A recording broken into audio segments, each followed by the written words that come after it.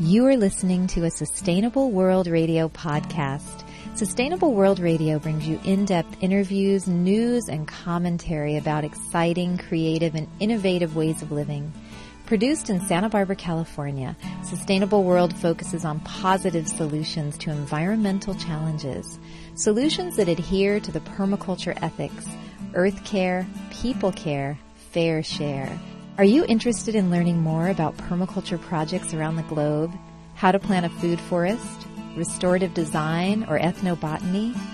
Then stay tuned to Sustainable World Radio. I'm Jill Cloutier. Welcome to Sustainable World, Stephen. Hi, Jill. Thanks for having me on. So, Stephen, your books are wonderful, and I've read quite a few of them. And let's just start maybe at the beginning of your journey into the plants and plant communication, and maybe talk a bit about the influence that your great-grandfather had and has on you. Well, I was born in 1952, so there were a lot of people from the 19th century still alive then, and I was very attracted to that slower form of life, I suppose, because I spent so much time with my great-grandfather who had trained and began practicing in medicine in 1911. And then he basically had a 3-year college training and then a year of apprenticeship with a local physician. And that was a very different kind of orientation than we have now, which is like 14 years of work and mostly theoretical. And he was a fairly remarkable man, so to me it wasn't so much the information that he had that was important, but the way he was with people. There was a kind of, we've all heard sort of stories of, old horse and buggy physicians or that kind of very human approach to healing, and that's what he had. And also, because he trained before the advent of antibiotics, he mostly used botanical medicines in most of his practice, and he retired about, the time I was born, and so antibiotics had only been in about 6 years then when he retired. So we used to spend a lot of time walking in the woods and just a tremendous close kind of time, but it was really more, a couple of things got connected in my experience. One, that kind of deep silence that happens in forests that have been left undisturbed, and the kind of luminous greenness and that kind of feeling that was there, plus his attitudes toward healing and his just depth of kindness and presence with other human beings. And those kind of things sort of are at the root of everything I've done since then, because I thought, that feels so wonderful. Why would any of us settle for anything less? Yes, definitely. And it seems like we have settled for quite a bit less. So your grandfather, it sounds like he really walked the fields and walked with you. And you have an essay called The Taste of Wild Water that was a very moving essay. And Stephen, what would you say is missing from our lives that most of us no longer taste wild water? And this kind of segues into your life work. Yeah, frankly, I think that the thing that's missing in our life is the invisible.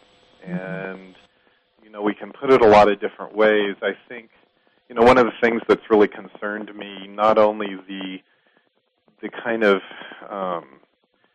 ruinous orientation that modern medicine and science has had, that kind of reductionistic dynamic, but also kind of the simplistic perspectives that many people on the left have had, which I've been a proud member of since the 60s. And, one of the things I see is this consistent kind of reduction to mechanistic kind of approaches like recycling or planting more trees or stuff. And yeah, that's important, but the thing that's really underneath all of that is the invisibles, and the importance of reclaiming the invisibles is a tremendously neglected area for all of us. The feeling that you have when you go into an old-growth forest, that thing is invisible, that thing that passes between the ecosystem, between the trees and the human being. But nevertheless, we don't talk about that very much except in the most vague way. Like, one of my favorite metaphors for that is about puppies. And when everybody's had this experience that, you're sitting somewhere and a little puppy comes walking along, and they're just so tremendously cute. There's something about them, and they're at that age, their back legs kind of walk a little faster than their front legs, so they're always kind of catty-corner. And you see a little puppy doing that, and after a while you just go, here boy, and the puppy looks up, and there's this energy that comes from the puppy. It's like he goes, "It's you. I've been looking for you all over." And then, there's this thing that flashes from the puppy to you and from you to the puppy. And in that moment, the puppy bounds over, and the two of you want nothing more than to just hold and touch each other. That invisible thing that flashes between a puppy and a human being, that thing is the thing that really makes the richness in human life. And it can occur between trees and human beings, between human beings and each other, between ecosystems.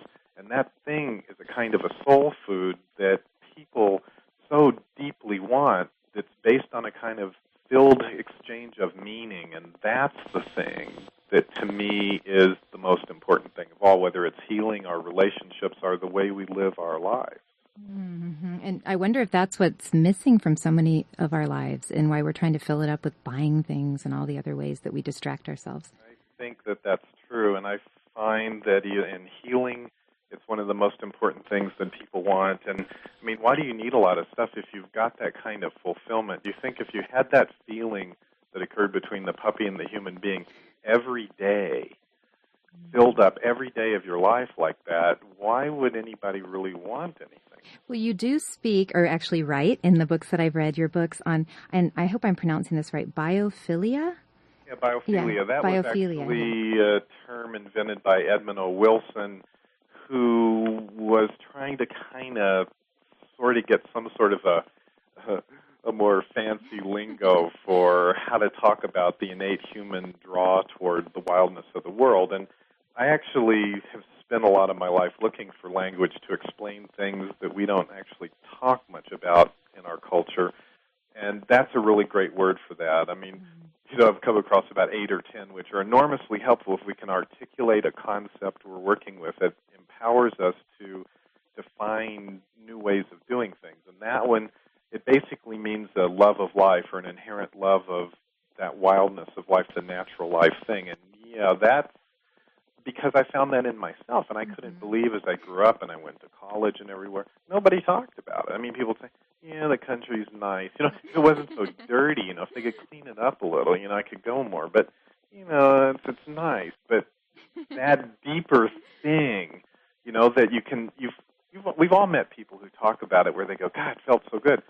But why did it feel good? And why don't we create more of it? And why isn't it a fundamental value for us to be surrounded by that and raise our children in the midst of it? And without words to talk about it, we're kind of, at loose ends, really. Yes, and, I actually have, I've had that through much of my life, and I know for me sometimes walking around, even the UCSB campus where this radio station is located, the trees and the plants are so incredible. Sometimes I just have to stop and stare, and then I feel like such a weirdo. I'm standing and beholding. That's great. I love that you said that. I felt like such a weirdo.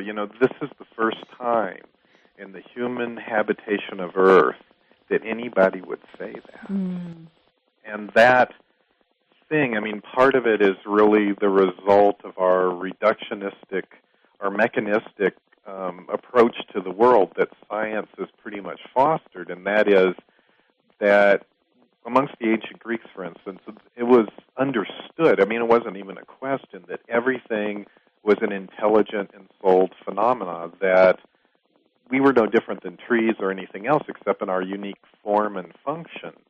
And so there was this experience that the Greeks had a word for it called aesthesis. That's a word it took me 28 years to find. And what it means is that's the description of that moment when that thing passes between the puppy and the human being.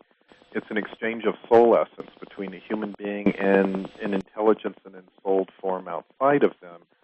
But once science convinced us that the world was dead, they could begin their autopsy in earnest. If there's everything out there is just, resources, just dull inert matter, there isn't any reason for our soul to leave our body and mingle with the soul of another thing. So when it's a natural human dynamic to actually have that experience, it's built into who we are.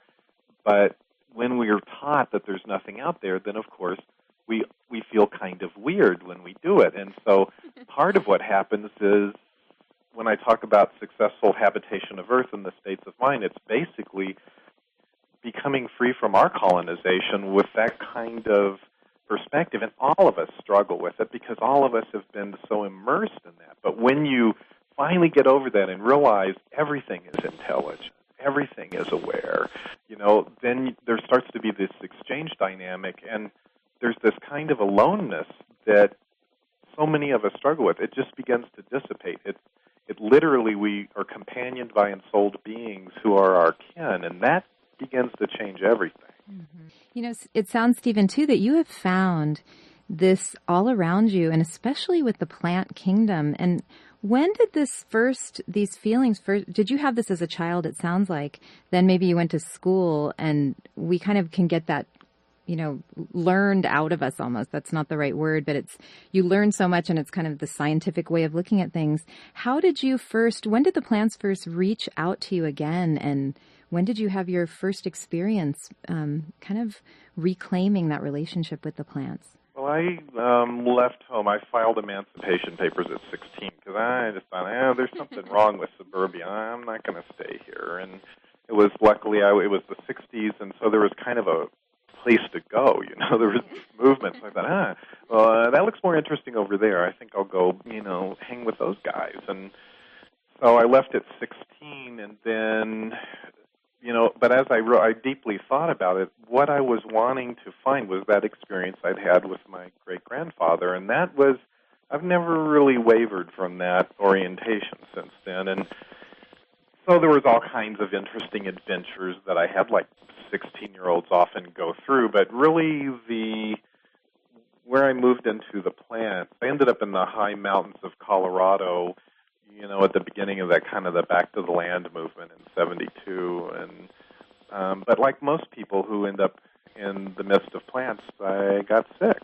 And there was, the doctors didn't know what was wrong and wanted to charge me enormous sums of money, so they could pay for their private planes and stuff. And I don't think I want to hang with these guys. So I just coincidentally had met a local herbalist in Colorado, and she happened to mention that this plant that grew all around our home in the mountains was good for stomach cramping, which is what I was having. It's kind of a cross between appendicitis and kidney stones. So you basically, you fall on the ground and scream and curl into a ball and pray for God to kill you. And if God doesn't kill you, then you hate God because it's the only way to survive. And so I began taking that plant, and it's called Osha. I began eating the root of it, and the cramping stopped, and my body started getting whole again from this plant that grew free in my yard. But then what also was really intriguing to me at the time is I could feel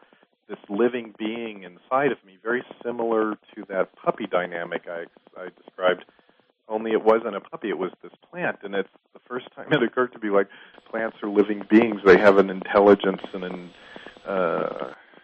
personality of their own, this kind of living thing. And I thought, this is it. This is what I've been looking for.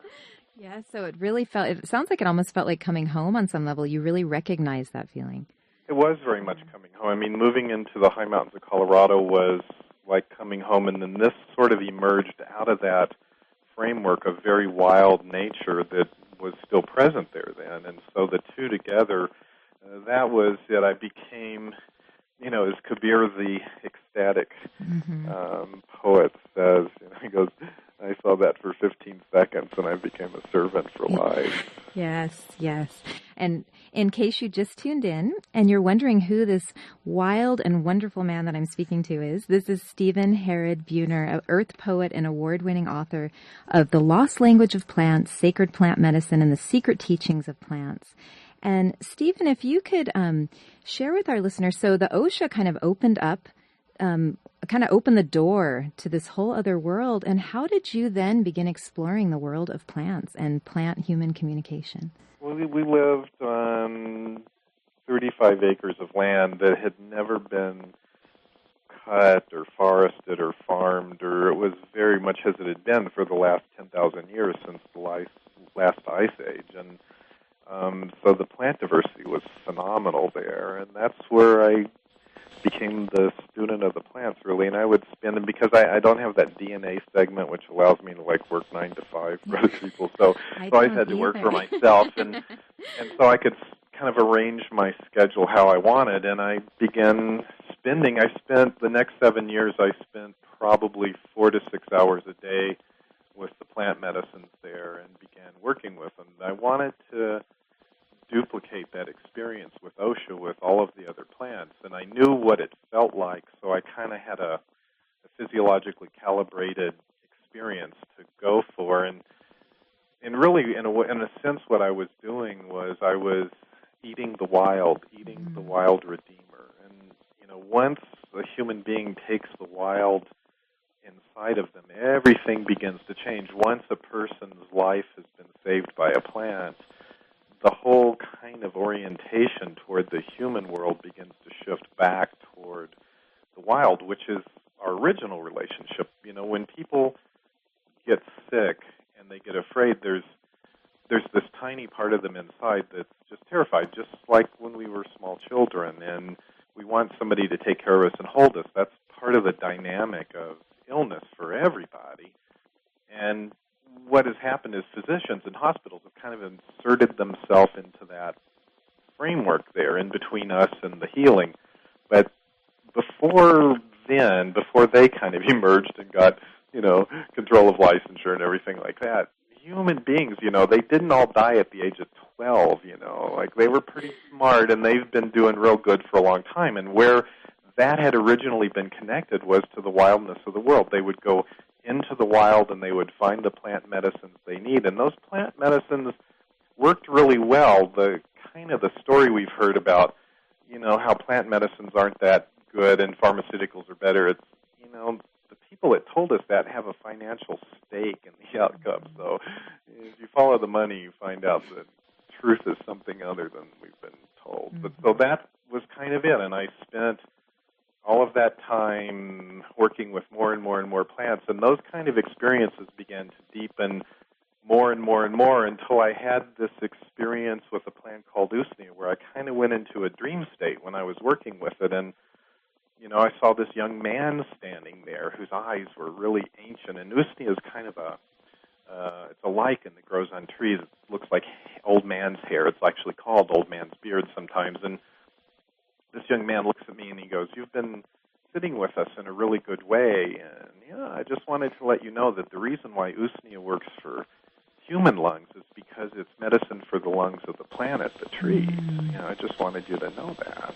And so I kind of came back to myself and I thought, oh, this is really interesting. And that I began starting to look at, and I found out, usnea actually is good for lung conditions, but also it became interesting to me, medicinal plants do something in the ecosystem besides waiting around for us to use them. They're actually doing medicinal healing of all of the other things that are out there, all of the animals and the trees and everything, and that began to drop me really deep into this dynamic of direct human-plant communication. And as I looked back at interviews with indigenous peoples who had never had exposure to white perspectives or, European perspectives, every one of them, doesn't matter what continent, what place, what time, they all said the same thing when they were asked, where did you get your knowledge of plant medicines? They said, from the plants themselves. That was in kind of a dream state, and the plant told us.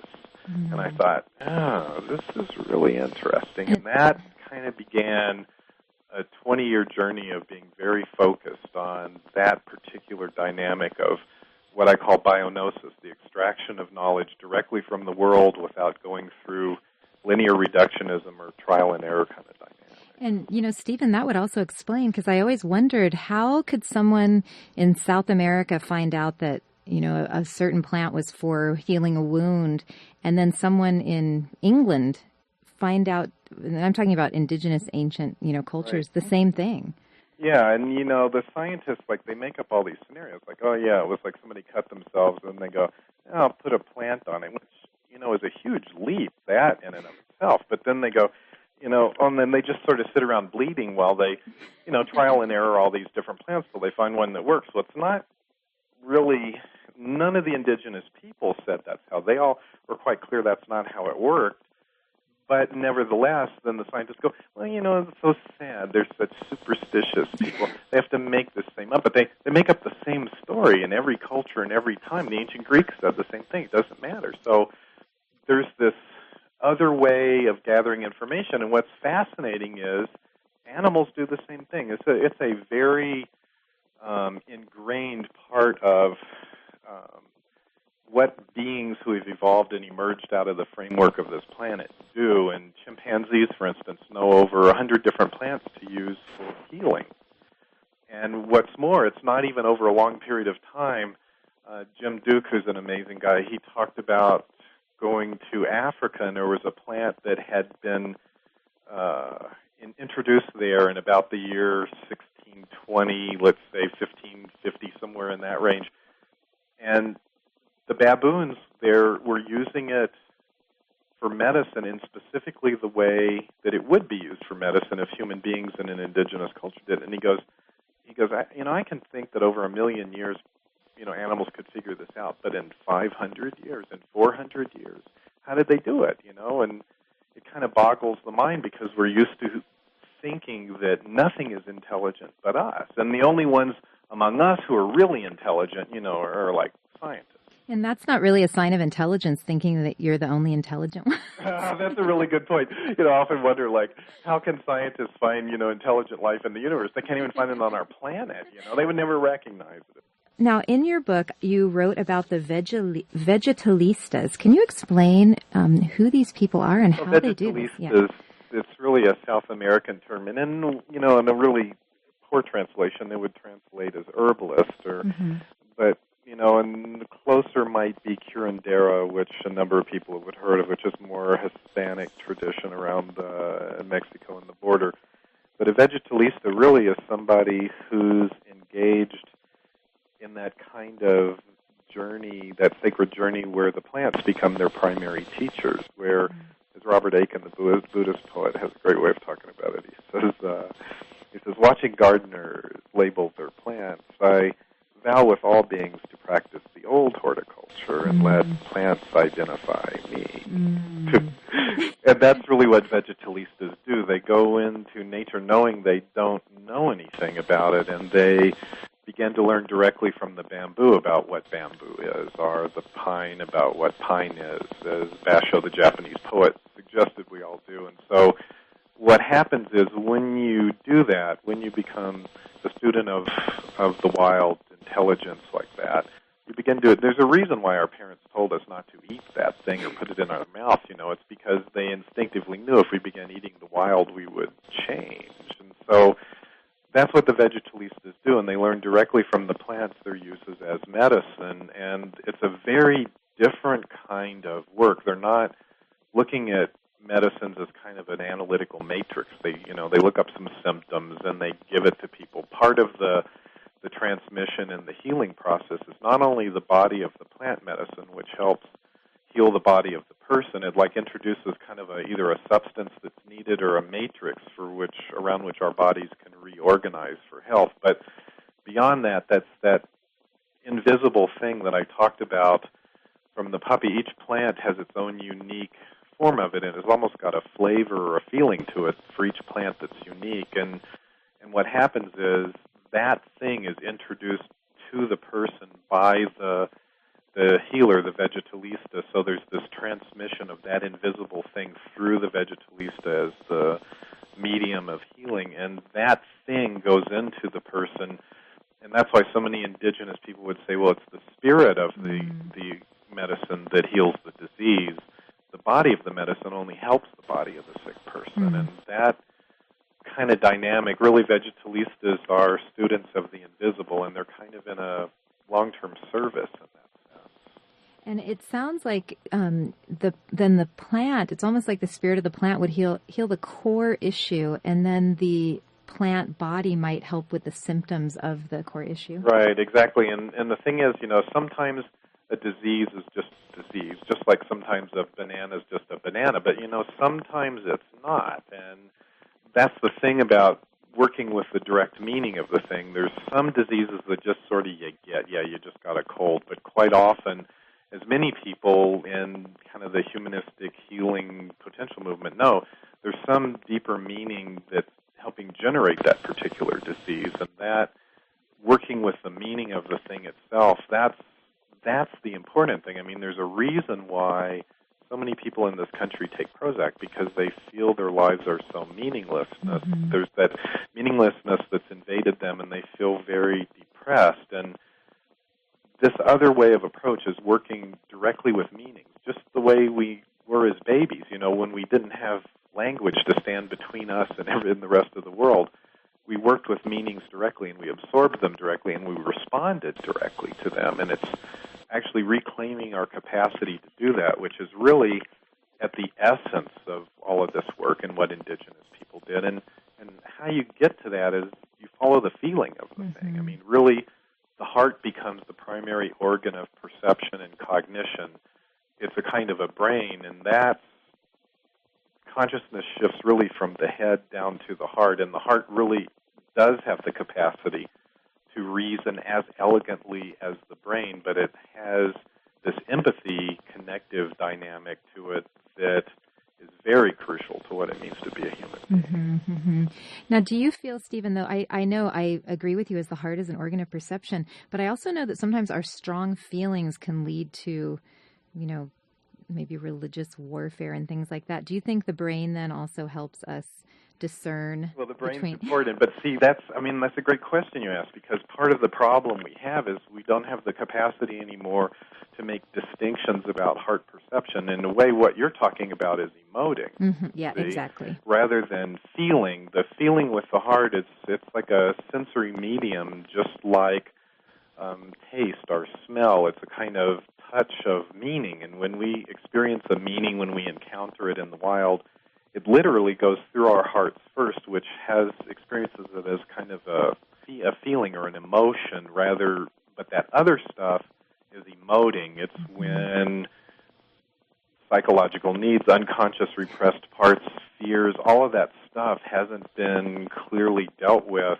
and so we begin to sort of project on the world, like scientists do. I mean, they would say what I'm talking about is a kind of an anthropomorphism. I'm projecting human qualities on nature. Well, really what they do is mechanomorphism. They project a mechanical nature on nature, and really, in my experience, we have a lot more in common with plants than we do automobiles. Yeah. So it's almost like what you wrote about in, I think, The Lost Language of Plants, the universe is machine versus the universe is sacred. The universe is not a machine. It's a living thing, and everything is intelligent. I mean, if you really begin to watch nature and let go of your preconceptions, you'll start to see just how intelligent it is. And I talk a lot in Lost Language about the intelligence of bacteria and how they they actually create immunities to antibiotics we haven't even created yet. Yeah. And, that's tremendously smart. And by thinking nature is not alive and not aware and not intelligent, we started this cascade of breakdown in this living ecosystem, which the ecosystem's going to survive. I'm not so sure about how well we're going to do, but, population problems have a horrible way of solving themselves, don't they? Yeah, it's true, isn't it? It's definitely true. Now, Stephen, if someone's listening to this and thinks back and says, I have had that feeling, you talk about feeling tones with plants. Yep. If someone thinks, I've had that feeling where I call it beholding the plant, where all of a sudden this plant, there's a tree on my street up a couple blocks away where I will just go to that tree and I have to stop and actually spend time with the tree. Maybe every month or so. Yeah. Yeah, because it's my friend. Yeah. And it's very interesting because I feel like it is a feeling tone. I get something from the tree as if I was visiting a friend. Right.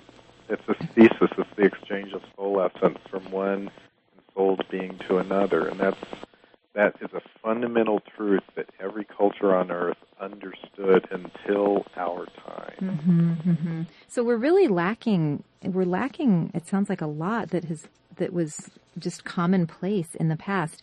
Does someone need, now it sounds to me like you're not saying this, but do you think that someone does need an intermediary, like a vegetalista, to help you with the plants? Or can someone just sit? How would someone cultivate a relationship with plants around them? Well, I actually talk about the the techniques, which are really simple. Anybody could do it. It's built into our physiology to have these experiences. We're evolutionarily designed to do this, to come to our senses, to literally begin to sense the world around us, and that part of that is that feeling. So I have a lot of exercises, both in the Lost Language of Plants and Secret Teachings of Plants, that are very simple that anybody can do. I mean, the basic one is beginning to follow your feelings, where they lead, to begin to go toward the things that have that feeling and away from the things that don't. And also after that, to begin to really think about the things that you felt and what they mean and why it mattered to you, and to begin to sort out, to parse the little distinctions of meaning so that, it's feeling first, thinking after, and, if there's time. And so if you do that, that kind of gets to it. And I talk a lot in the book about, sacred plant medicine. I looked a lot at in how indigenous people did this. And Lost Language, some of it was more kind of what you would call community herbalists and what some scientists are doing. But really, then in Secret Teachings, I looked at the work of Goethe, the great German botanist and poet, and Masanobu Fukuoka, the Japanese farmer, and Henry Thoreau, and a lot of people like that, who people have been doing this way of perception. You can't get rid of it. It breaks through the sidewalks inside of us, just like dandelions break through the sidewalks in our cities. And so it's a very simple thing to begin to reclaim this capacity to shift away from the colonization that we've got. And once you do that, you begin re-inhabiting your inner being with the world, and you begin claiming knowledge for your own directly from the world, like our ancestors always did. And that kind of begins moving experts out of the equation, and I am a big fan of that, because that's how we got into this mess in the first place. Definitely. One thing I found interesting in your book was you said that there are 3 different types of plants that we should pay special attention to. I loved this. The first is the plant you're drawn to, that you can't resist, that you just, it's compelling. Then the second is the plant that for some reason you don't like, and if it grows in your garden, you want to get rid of it. And I just think of people with their lawns and the dandelion, right? Oh, yeah. And which actually the dandelion could probably help cleanse their liver of all the pesticides and they're spraying on the lawn. It provides a somewhat similar function in soil, actually. Oh, interesting. Yes, I could see that. And then the third is a kind of coyote medicine that gets hold of you through your enhanced sensitivity and messes with your psychic reality, and that you don't meet these very often. So I just love that little passage in your book. Yeah, the plants are some of human beings' oldest spiritual teachers about the soul-shaping journey that each of us engage in this lifetime. And the ones we meet, they teach us things that we need to know to become who we're meant to be, to do the soul work we're meant to do. And each of these plants has particular and unique teachings. And, there's millions of examples of, all of these, but like the plants that you don't like, invasive species, everybody's like, oh, we got to kill them, But what's fascinating is, for instance, an invasive plant called Japanese knotweed, which is moving up the east coast of the United States. It happens to be the best plant for Lyme disease and the root of it. And Lyme disease tends to be about 6 months behind Japanese knotweed as knotweed moves into new ecosystems. And these plants, communities, they tend to move for specific reasons and in specific ways. And we just see them as weeds without understanding that they're some of the most potent medicines that we need for the kind of disease dynamics that are moving through the ecosystem now. That's interesting. So it's almost like looking at why and what is the underlying purpose behind it. That's always the important question to ask before we do anything ecological. Is like, why is it the way that it is? And it's always, as Thoreau said, you have to understand that nothing is what you've taken it to be. If you truly wish to see nature, you have to learn to see with the unworn sides of the eye. I really love that. He's really something. Yeah, you have some wonderful quotes in your book. And, we did, in The Lost Language of Plants, you do write a lot about pharmaceutical drugs, and that is something that I think it kind of piqued my interest when I read about how we're isolating and separating these chemical constituents of plants and herbs and taking those. And I thought, well, that's just another separation from nature. It's like the pill versus the root. That's a very nice line. I'm going to steal it from you. Well, I thought the pill versus the root and the leaf, the synthetic chemical versus the dirt, and the sterility of these pharmaceutical drugs versus fragrance and touch. So it's kind of it was an interesting. No, that's a beautiful way of looking at it. And, most people, even though they're very ecologically active, most people in this country don't understand that most pharmaceuticals aren't biodegradable. So once they go into the ecosystem, they just keep doing whatever they do for pretty much ever. And since our body, our physiology comes out of the ecological matrix, those pharmaceuticals designed to affect us can affect everything, and they do. They actually shift ecological functioning by doing the stuff they do to us to other organisms, and they're not sustainable, they're not biodegradable, and what's more, they're actually fairly toxic. Yes, so. And one thing I never thought about, and I've heard about the fish on Prozac in certain lakes, but one thing that you wrote about in Lost Language of Plants was that synthetic fragrances, they do resist biodegradation, and then some of them are sprayed on, and they enter the atmosphere, and then they can be taken in by the plants through their leaves. Right. Most people don't realize plants have little mouths on the bottom sides of their leaves, and they breathe in and out just like we do. And because all of these pharmaceuticals and fragrances are based mostly out of petroleum, which are old plants anyway, they're hydrocarbons, and plants are used to taking those substances in. They breathe in and out essential oils all of the time, and once the plants breathe them in, they begin doing physiological stuff inside the bodies just like they do with us. So there's multiple chemical sensitivity problems. They're not limited to the human species. Yeah, that was, and I've been environmentally aware for quite a while, but I never really thought about the effect of the chemicals and the pharmaceuticals on plants.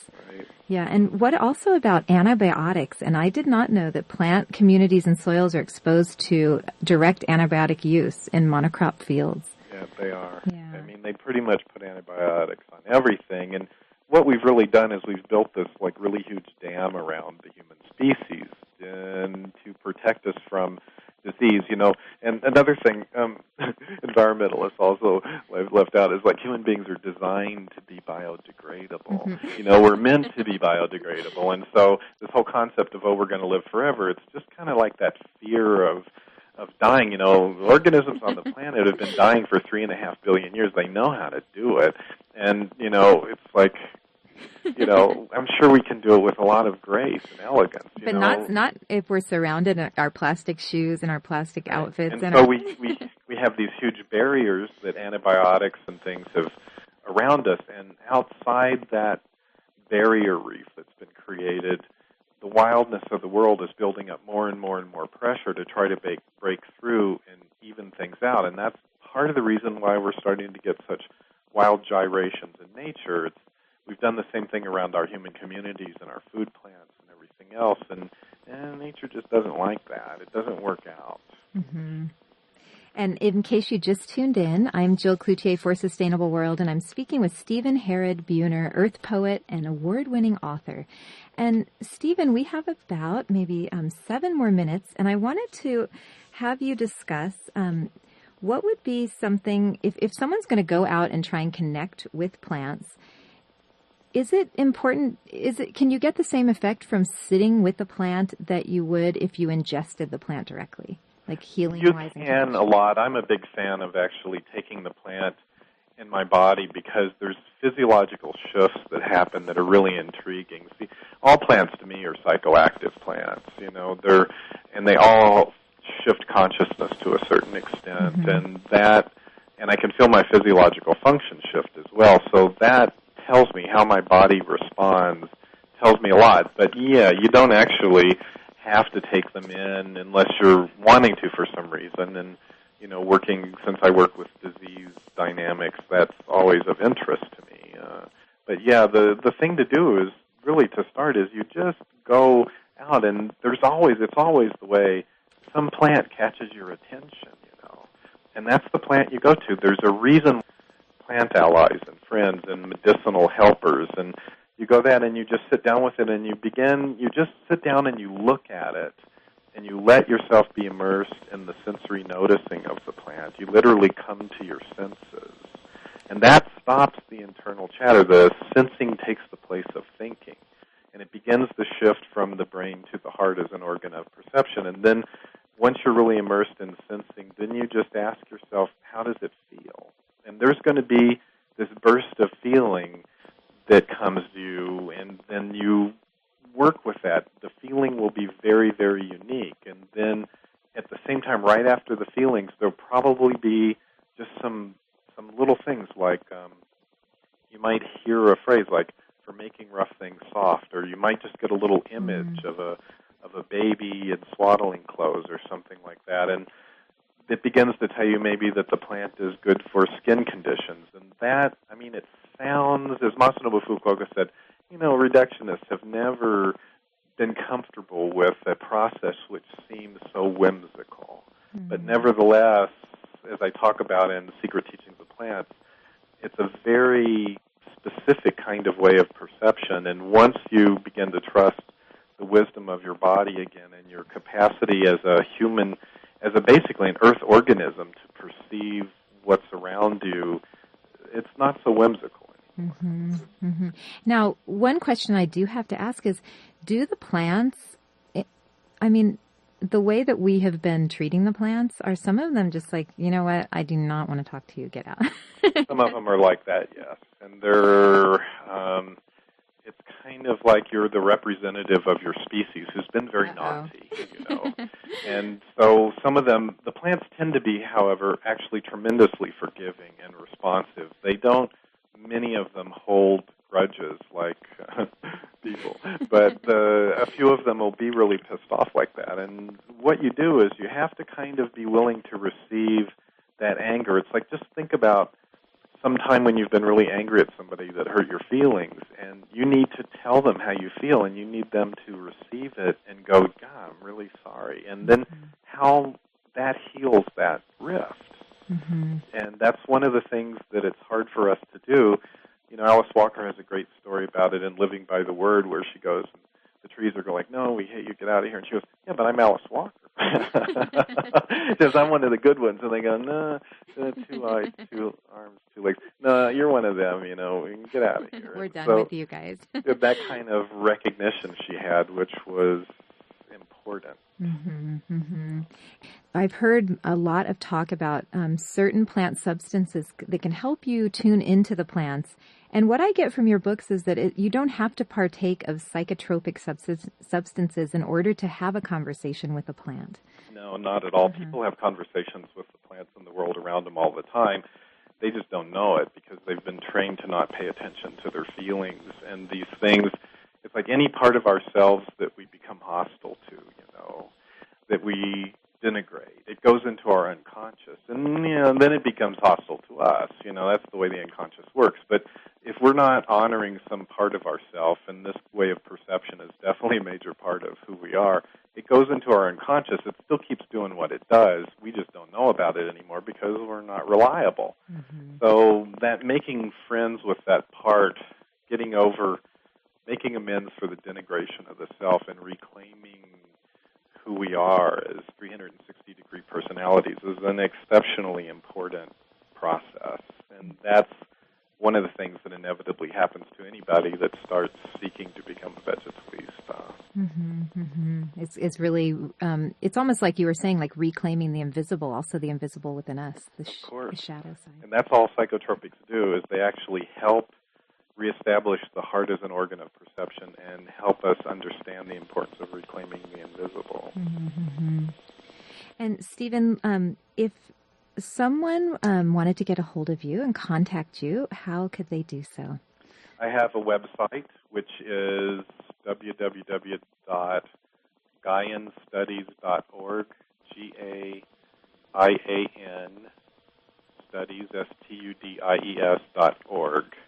And, they can see I've got some articles in all my books and just various things, and they can certainly contact me, and I teach workshops, and so it would be great if somebody wanted to join us. And you have some poetry on your site, too, which I enjoyed as well. Oh, thank you very much, yeah. Yeah, I do. Definitely. Now, Stephen, do you have any last words that you would like to tell our listeners in this interview, or anything that you feel from your heart that you'd like to say? I think the most important thing is that people begin to trust their feelings again and pay attention to them and begin to follow them where they lead. You know, it's like we've all been taught to disregard ourselves in that way, and so we continually do things that feel a little funny, and we know maybe we shouldn't, but we can't quite figure out why. And at the same time, those other feelings we have, like you had with that tree, that begin to draw you, to really begin to ask yourself the simple question of, like, why does that move you so much? And wouldn't it be nice to feel that way all the time with everything? Mm-hmm, mm-hmm. And it sounds like in your work, it's really developing that empathy for other life forms, not just human. It's that's an integral part of it. It's almost like a continual side effect of the process. You don't feel those things because you should feel those things to be, you know, a nice person or a good environmentalist or whatever. You feel those things because you have opened up the innermost, most naive, in the good sense of that term, most undefended part of yourself to the world, and you let the world begin to come in. And as a result, there's this intimacy that's created. The necessity for becoming undefended is crucial in this work, and it can't be escaped. And once you've decided to become intimate, the plants know, the entire universe knows, the world knows, and there's an exchange. The exchange becomes exceptionally deep and potent at that point, and that empathy emerges of its own accord. Mm-hmm. And, you know, becoming undefended right now, I think with all of, if people are sensitive at all, I think with all of the destruction that's going on, there's positive things happening as well. It's hard sometimes to be undefended when, you know, then that brings up the sorrow of what's happening on the planet. Yeah. And you have to be willing to feel the pain of those wounds in the world and in the human community, and to grieve. If you don't have the courage to feel the pain, I mean, if you can't heal the wound inside yourself, how can you heal it in the world? The first act of ecological reclamation begins in the wound that cuts through the human heart, and it starts with being willing to feel everything. And it's almost like reclaiming our hearts. It's actually, yes, of course it's reclaiming our hearts. How can we change the world if we're unwilling to feel? I mean, when we go into a Walmart or something, it feels bad. When we go into a doctor's office, it feels bad. Everybody knows it, but everybody thinks, well, that's the way it's got to be. Well, no, it doesn't. If we all quit turning off that feeling and make different choices because of it, everything begins to change. Yes, and I think a lot of people are ready for a change. A lot of people are ready for a change, and a lot of people aren't, but change is coming, ready or not. Well, thank you so much, Stephen. This has been fun to talk with you this morning. Thanks, Joe. You've been listening to a Sustainable World Radio podcast. For more information or to hear our other podcasts or interviews, visit www.sustainableworldradio.com. Sustainable World Radio is produced by Jill Cloutier. Music by Dana Lyons. Thanks for listening.